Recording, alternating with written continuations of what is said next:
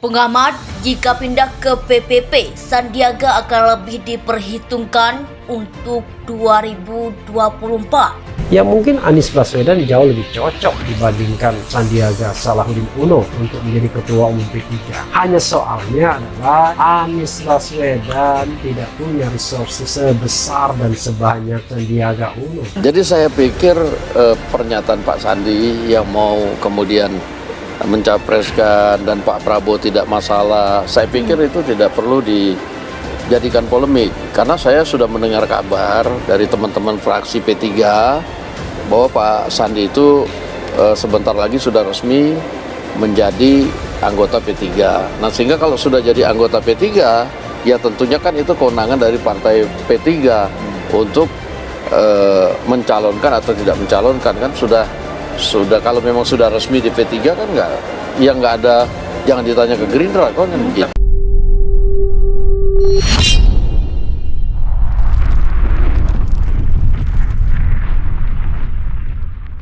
Pengamat, jika pindah ke PPP, Sandiaga akan lebih diperhitungkan untuk 2024. Rumor politikus Partai Gerindra Sandiaga Salahuddin Uno bergabung dengan PPP sudah mendapatkan respon dari petinggi elit Partai Gerindra. Hal itu diperkuat oleh pernyataan Ketua Harian Partai Gerindra Sufmi Dasko Ahmad yang menyatakan Sandiaga sebentar lagi bakal menjadi kader PPP. Analisis politik sekaligus Direktur Eksekutif Aljabar Strategis Afrifki Candiago. Mulai langkah Sandiaga bergabung dengan PPP pilihan yang tepat karena ia tidak bakal dihitung di Pilpres 2024 jika menunggu Gerindra usungnya baik sebagai capres maupun sebagai cawapres. Sandiaga harus cepat mencapai kapal politik jika ingin dihitung di Pilpres 2024. Peluang Sandiaga itu hanya di tahun 2024. Dalam berbagai kasus ya juga pindah partai ya, tentu persoalannya banyak. Ada yang konflik karena ingin dapat suasana hati yang baru, dan tentu yang motif terbaru ini adalah soal Sandiaga Uno yang diprediksi oleh publik terus ingin memelihara harapannya untuk bisa maju sebagai capres di Pilpres 2024 yang akan datang. Tentu ini win-win solution ya kalau kita melihat. Kenapa win-win solution? Apapun judulnya, Sandi ini kan adalah orang yang tumbuh besar bersama Gerindra tapi ingin maju Pilpres. Sementara pada saat yang bersamaan Gerindra secara definitif sudah deklarasi Prabowo Subianto akan diusung kembali. Sandi, kenapa yang memulai pembicaraan itu Gerindra? Sepertinya mempersilahkan ya, untuk terus memupuk harapannya maju Pilpres melalui partai yang lain. Krisis P3 dibalik niat bajak Sandiaga Uno dari Gerindra. Ya mungkin Anies Baswedan jauh lebih cocok dibandingkan Sandiaga Salahuddin Uno untuk menjadi Ketua Umum P3. Hanya soalnya adalah Anies Baswedan tidak punya resources sebesar dan sebanyak Sandiaga Uno. Jadi saya pikir pernyataan Pak Sandi yang mau kemudian mencapreskan dan Pak Prabowo tidak masalah, saya pikir itu tidak perlu dijadikan polemik, karena saya sudah mendengar kabar dari teman-teman fraksi P3 bahwa Pak Sandi itu sebentar lagi sudah resmi menjadi anggota P3. Nah, sehingga kalau sudah jadi anggota P3, ya tentunya kan itu kewenangan dari partai P3 untuk mencalonkan atau tidak mencalonkan, kan sudah kalau memang sudah resmi di P3 kan nggak ada, jangan ditanya ke Gerindra kan gitu.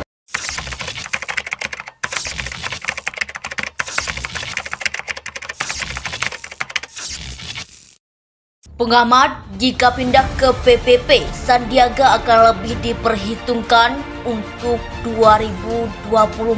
Rumor politikus Partai Gerindra Sandiaga Salahuddin Uno bergabung dengan PPP sudah mendapatkan respon dari petinggi elit Partai Gerindra. Hal itu diperkuat oleh pernyataan Ketua Harian Partai Gerindra Sufmi Dasko Ahmad yang menyatakan Sandiaga sebentar lagi bakal menjadi kader PPP. Analisis politik sekaligus Direktur Eksekutif Aljabar Strategis Afrifki Candiago. Mulai langkah Sandiaga bergabung dengan PPP pilihan yang tepat karena ia tidak bakal dihitung di Pilpres 2024 jika menunggu Gerindra usungnya baik sebagai capres maupun sebagai cawapres.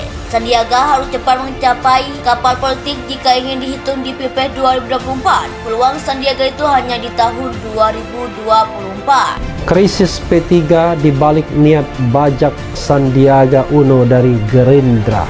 Ya mungkin Anies Baswedan jauh lebih cocok dibandingkan Sandiaga Salahuddin Uno untuk menjadi ketua umum P3.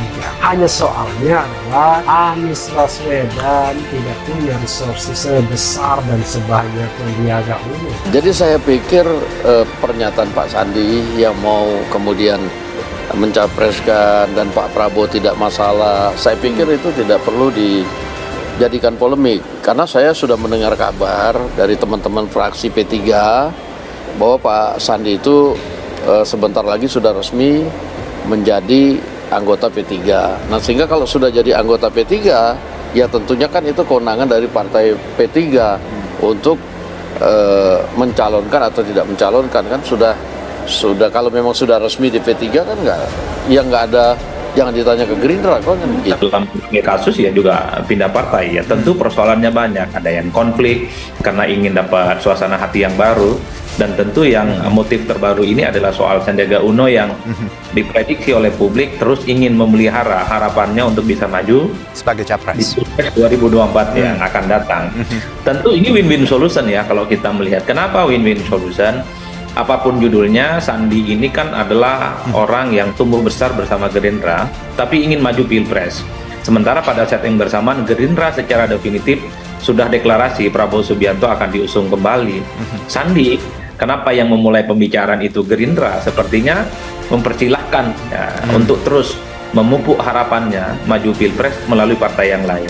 Bung Ahmad, jika pindah ke PPP, Sandiaga akan lebih diperhitungkan untuk 2024. Rumor politikus Partai Gerindra Sandiaga Salahuddin Uno bergabung dengan PPP sudah mendapatkan respon dari petinggi elit Partai Gerindra. Hal itu diperkuat oleh pernyataan Ketua Harian Partai Gerindra Sufmi Dasko Ahmad yang menyatakan Sandiaga sebentar lagi bakal menjadi kader PPP. Analisis politik sekaligus Direktur Eksekutif Aljabar Strategis Afrifki Candiago. Mulai langkah Sandiaga bergabung dengan PPP pilihan yang tepat karena ia tidak bakal dihitung di Pilpres 2024 jika menunggu Gerindra usungnya baik sebagai capres maupun sebagai cawapres. Sandiaga harus cepat mencapai kapal politik jika ingin dihitung di Pilpres 2024. Peluang Sandiaga itu hanya di tahun 2024. Jadi saya pikir pernyataan Pak Sandi yang mau kemudian